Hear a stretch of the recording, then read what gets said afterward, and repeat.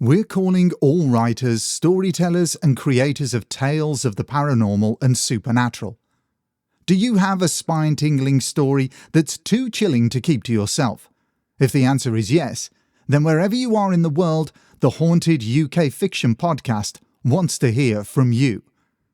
Whether you're a published author, an aspiring writer, or someone with a natural gift for storytelling, this is your chance to share your work with a global audience of listeners who crave the eerie, the unexplained, the otherworldly.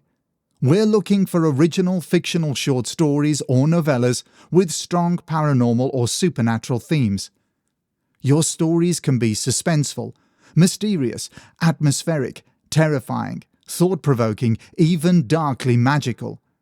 If your story is selected, we'll professionally narrate, record, mix, and master it into an audiobook-style format, then feature it on the show.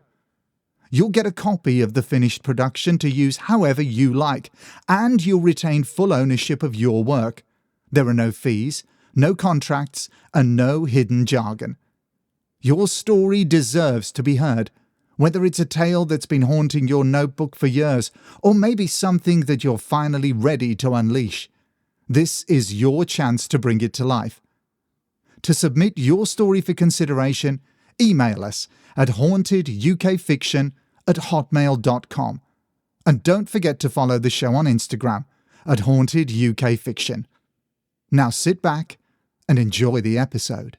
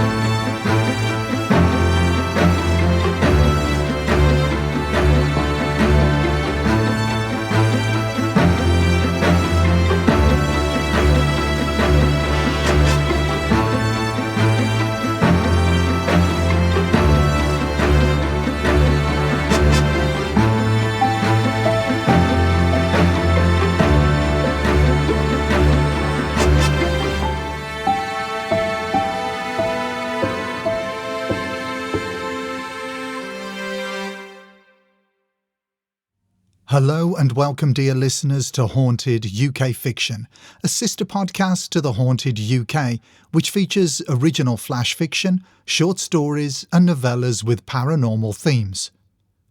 All stories you will hear were written by a collection of talented writers, authors and storytellers, both independent and professional.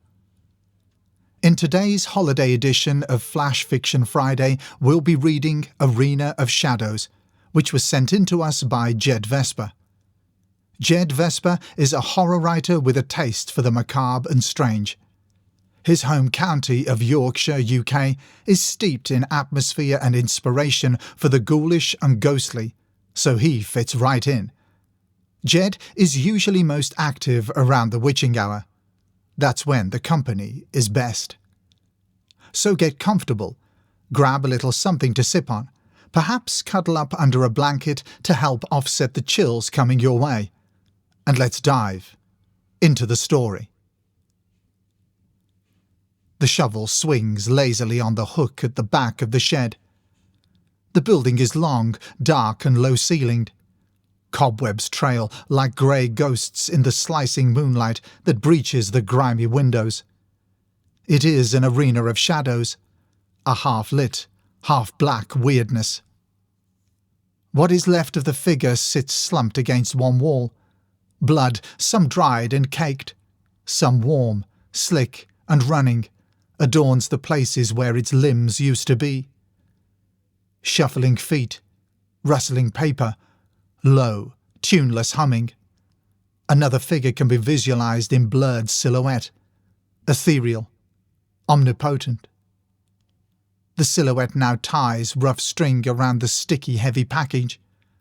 The right arm has proven difficult to wrap, and a single bead of perspiration rolls from the curly hairline of the captor, trickles down its nose, hangs there momentarily, then plummets to make a small, hard slap against the strong, yet many-hued paper. The slumped figure witnesses this through wide, darting eyes. It has long since passed the point of desperation. It has discovered terror beyond its wildest imaginings. It is paralysed from the neck down, owing to the skillfully severed spinal cord. Wafting in on the cold night air comes the haunting sound of a choral song, too vague, too distant to identify.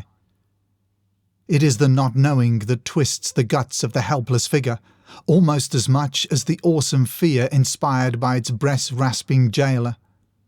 This butcher now reaches deep into a pocket, and its hand emerges with a fistful of brightly coloured self-adhesive bows, some green, some red, some silver, some gold. It chooses a gold. It peels the base from the ready-made bow and sticks it onto the package. It now lifts the package from the workbench and shuffles to the far end of the shed, where it places the parcel with the others, the left arm and the right and left legs. The figure wipes its bloody hands in its matted, stinking beard, briefly shaking its head as it recollects how the world believes its work to be seasonal. So wrong, the world. It is only July, but so far north the world is always frozen, and yet the physical labour has the figure drenched in sweat. Sweat and blood. Preparations for the big day began weeks ago. This is merely the latest in a long line of requests being carried out. Surprises being prepared. It reaches up and takes down the viscous red-coated shovel, and it turns to the petrified torso. A female voice penetrates the moment. "Santa? Your tea's nearly ready. Are you almost done?" "Almost, Mrs. Christmas.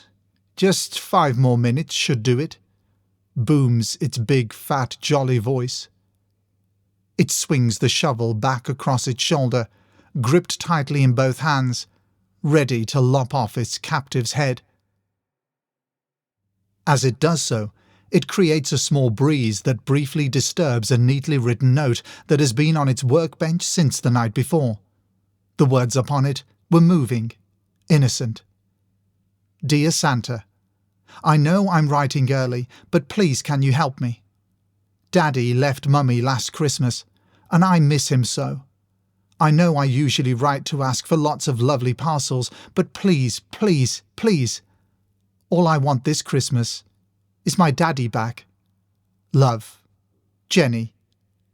Kiss, kiss, kiss.